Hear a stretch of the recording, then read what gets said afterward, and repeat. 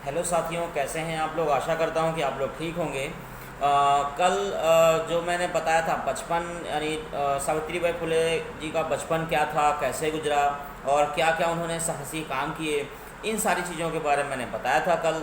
आज जिस टॉपिक पे बात करेंगे वो है एक अनोखी भेंट। एक अनोखी भेंट के बारे में जो है हम आगे की बात करेंगे और आगे हम जानेंगे क्या उन्हें अनोखी भेंट मिली थी। तो साथियों, सावित्री बाई अब धीरे धीरे बड़ी होने लगी थी। घर के कामों में वह बढ़ चढ़ कर सहयोग करती थी, यानी घर के कामों में भी वो बराबर जो है अपनी माँ का हाथ बटाती थी। वह करीब के बाजार भी जाने लगी थी। अमूमन जिस तरह से काम होता है कि बच्चे जो है जब ज़रूरत होती है, तो जब थोड़ा बच्चे बड़े जाते हैं तो हम थोड़ा थोड़ा सामान ये ला दो, इस तरह से सारी चीज़ों को हम सामान मंगाना शुरू कर देते हैं। फिर बचपन में एक दिन वह अपनी माँ से पैसे और अनुमति लेकर बाजार से कुछ खाने का सामान खरीदने गई थी। यानी अनुमति मतलब यहाँ पे देखिए, हमें चाहिए हम जो हमारे घर के बच्चे हों वो जब भी कहीं जाएं तो बग़ैर अनुमति के कहीं ना जाएं। तो हमें चाहिए कि आगे हम अपने माँ बाप से अनुमति भी लें। इस चीज़ को भी आप लोग अच्छे से जानते जाइए। उसने हलवाई की एक दुकान से जलेबी और पकौड़े खरीदे खाने के लिए। घर वापस लौटते हुए सावित्री बाई फुले को रास्ते में एक अनजान व्यक्ति दिखा। यानी एक अनजान व्यक्ति, उसने सफ़ेद पोशाक पहन रखी थी। वह ईसाई पादरी था जो अपने साथी संगियों के साथ मिलकर प्रार्थना कर रहे थे।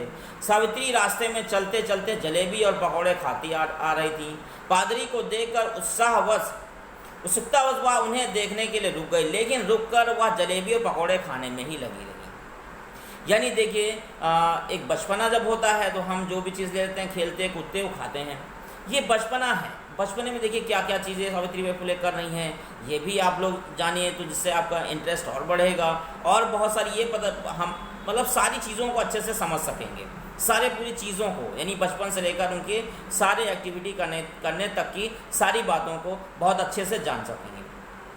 तो पादरी उनसे जब पादरी वो हरकतें देखी सावित्री बाई फुले जी की, तो पादरी उनके पास आए और आकर बोले, अच्छे बच्चे रास्ते में जाते जाते कुछ भी नहीं खाते हैं। सावित्री ने तुरंत पूछा, ऐसा क्यों? मतलब देखिए यहाँ पे उन्होंने सवाल किया, ऐसा क्यों? पादरी प्यार से बोले, प्रभु ने कहा है एक जगह बैठकर खाना खाने से तुम्हारा मन भटक जाएगा और चलते चलते तुम्हें ठोकर लग गई तो तुम गिर सकती हो, इससे तुम्हारी जीभ भी कट सकती है। ये बात उन्होंने बड़े प्यार से समझाई।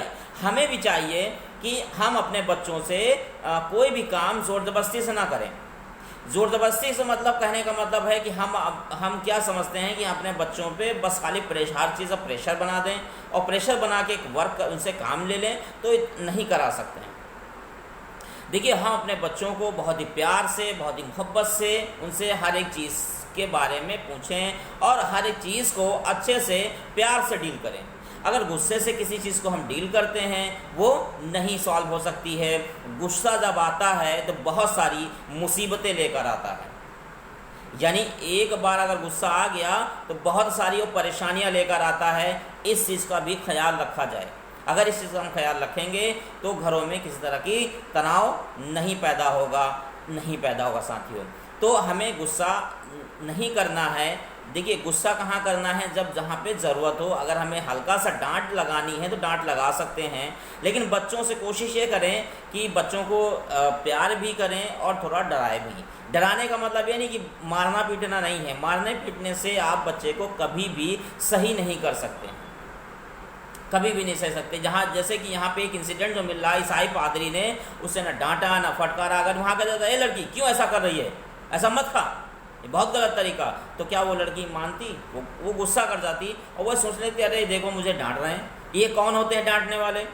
तो इस तरह से बच्चे से उन्होंने बड़े प्यार से और बड़ी मोहब्बत से उन्होंने बातचीत की, समझाया, बेटा ऐसा नहीं करते हैं, प्रभु नाराज़ हो जाते हैं, इस तरह की बातों से उसे समझाया।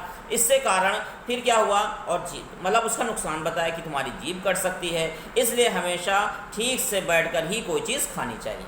यानी सिस्टमेटिक तरीके से उसे समझाया, प्यार से बैठाल कर समझाया। मिशनरी पादरी की बातों का सावित्रीबाई फुले के मन पर बहुत बड़ा प्रभाव पड़ा। क्यों प्रभाव पड़ा? क्योंकि उन्होंने बड़े प्यार से और बहुत अच्छे अंदाज में सारी बातों को बताया था, जिसके कारण क्या हुआ कि जो उनके जो मन पर जो प्रभाव बहुत ही अच्छा पड़ा, गहरा प्रभाव पड़ा, जिसके कारण जो है उन्होंने वो गलत आदत जो वो कर रही थी, यानी खेलते कूदते जो खा रही थी, उस आदत को उन्होंने छोड़ दिया।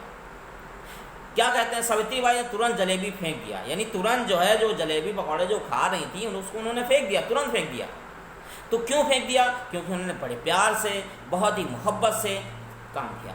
हम किसी से भी कोई भी बात अगर हम करते हैं तो हमारा जो अंदाज़ होना चाहिए, ऊंची आवाज़ में ना बात करें। बात जो भी करें हम बहुत ही सॉफ्ट आवाज़ में बात करें, जिससे कारण क्या होता है कि आपकी बात को लोग अच्छे से समझते हैं, लोग अच्छे से समझते हैं।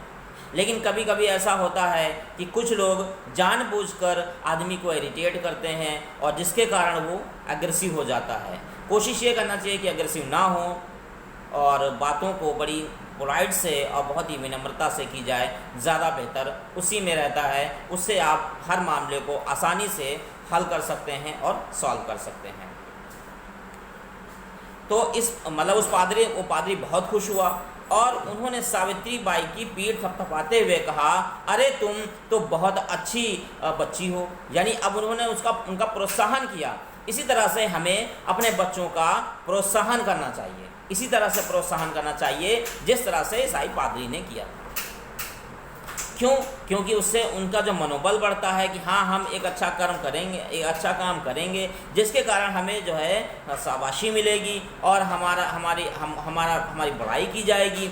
ये सारी बातें जब हम बच्चों के सामने इस तरह से हम पेश आते हैं तो होता क्या है, उसका जो उन पर असर पड़ता है वो बहुत ही पॉजिटिव असर होता है और उससे उनमें काफ़ी सुधार आता है। फिर उन्होंने बड़े प्यार से पूछा कि हमें अपना नाम तो बताओ। सावित्रीबाई फुले ने अपना तुरंत उत्तर दिया, मेरा नाम सावित्री है। पादरी ने प्रसन्न होकर सावित्री को अपने थैले से बिस्कुट का एक पैकेट और एक पुस्तक भेंट करते हुए कहा।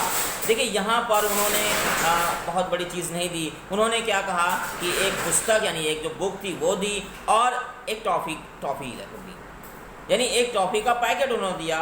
तो जो अब बिस्कुट का पैकेट उन्होंने दिया कि जिससे वो अच्छे से बच्ची और उसका मन लगे, यानी वो बातों को सुने, जो बात वो कहते हैं उसको सुने।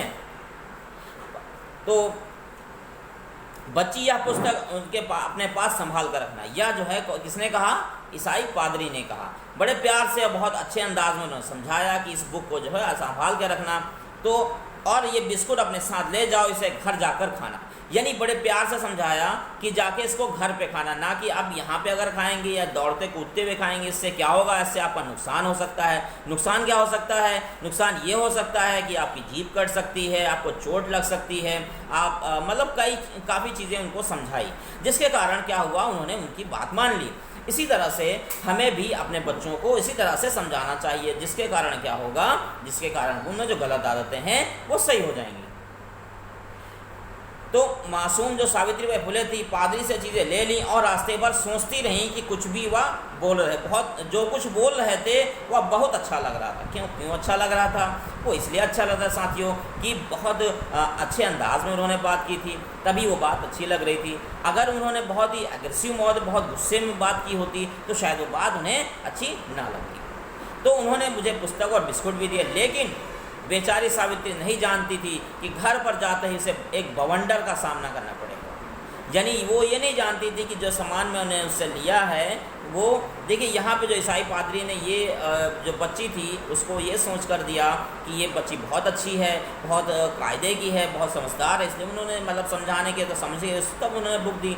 तो उन्होंने ये नहीं सोचा सावित्रीबाई फुले ने कि घर जाएंगे तो बवंडर खड़ा हो जाएगा और जो पादरी द्वारा दी गई पुस्तक और हमें बिस्कुट फेंकने पड़ेंगे साथ। तो देखिए इस जो ये कहानी जो मैंने अभी आपको जो ये एक जो कहानी बताई है, एक अनोखी घटना, एक अनोखी भेंट, ये जो मैंने इंसिडेंट बताया है, जो सावित्री फुले के जीवन का ये इंसिडेंट बताया है, इस इंसिडेंट से हमें एक इंस्पिरेशन मिलती है, यानी हमें कुछ सीख मिलती है।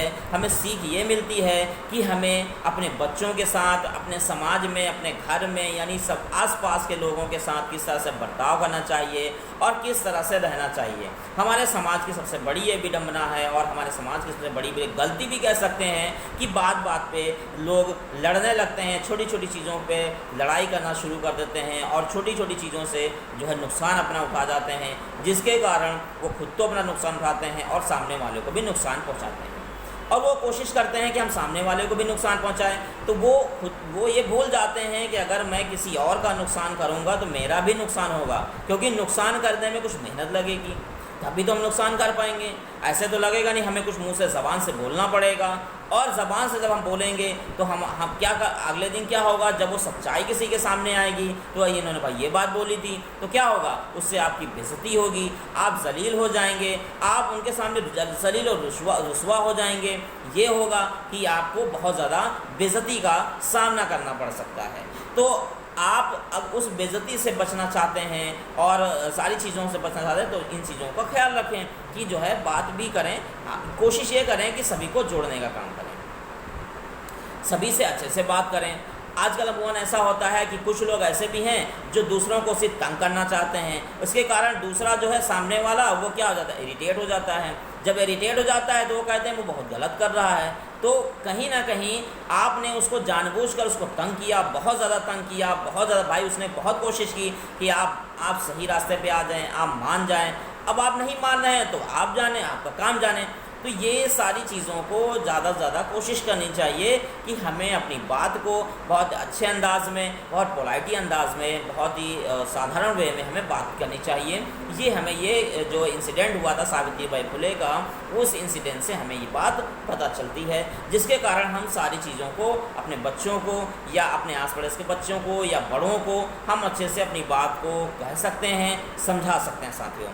तो देखिए, अब जो अगली घटना, जो अगली अब इंसिडेंट जो होगा सावित्रीबाई फुले की ज़िंदगी से जुड़ा हुआ, घर परिवार में बवंडर।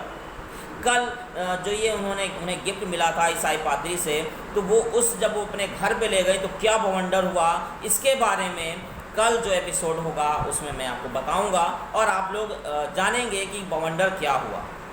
तो आप लोग लगातार हमारे साथ बने रहें और इस चैनल को लाइक करें, सब्सक्राइब करें, शेयर करें, ज़्यादा से ज़्यादा शेयर करें, जिसके कारण जो भी बातें मैं बता रहा हूँ उससे आसानी से जो है लोगों तक पहुँचाई जा सकें। अभी और भी चीज़ें इस पर आनी हैं, इस चैनल पे मैं और भी चीज़ें आपको बताऊंगा, जिसके कारण आपका ज्ञान बढ़ेगा। और बहुत सारे ऐसे लोग हैं हमारे समाज के जो पढ़े लिखे नहीं हैं, जिन्होंने जो स्कूल कभी नहीं गए हैं, उनको भी इससे फ़ायदा होगा।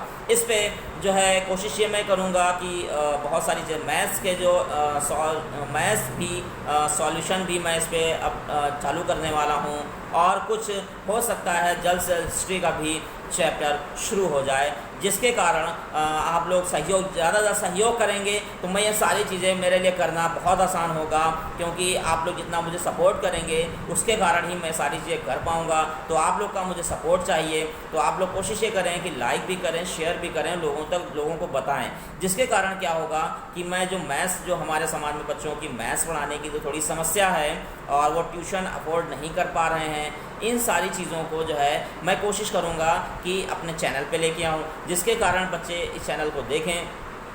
जिनके घरों में नहीं है मोबाइल, वो भी कोशिश करें कि आस पड़ोस जाके देख लें। ज़्यादातर अमूमन लोगों पर मोबाइल है, तो कोशिश ये करें कि आप लोग जितना सपोर्ट करेंगे, मैं बहुत सारी और भी चीज़ें, जैसे संत रविदास जी की जीवनी हो गई, ज्योतिबा फुले की जीवनी हो गई, पेरियार साहब की जीवनी हो गई, लाला सिंह यादव साहब की जीवनी हो गई। इस तरह से जितने भी हमारे जो समाज सुधारक जितने भी थे, अभी हमारे पास फिर जो हमारे पास लिस्ट है बहुत लंबी है, बहुत लंबी लिस्ट है साथियों, तो उसमें वक्त लगेगा। तो इसलिए आप लोग मेरा सपोर्ट करते जाएं और ज़्यादा से ज़्यादा मेरे चैनल को सब्सक्राइब करें, लाइक करें, शेयर करें, जिसके कारण जितना आप सपोर्ट करते जाएंगे उतना हमारा मनोबल बढ़ेगा। मनोबल बढ़ेगा तो मैं और बहुत सारी चीज़ों को लाने की कोशिश करूँगा। थैंक यू साथियों।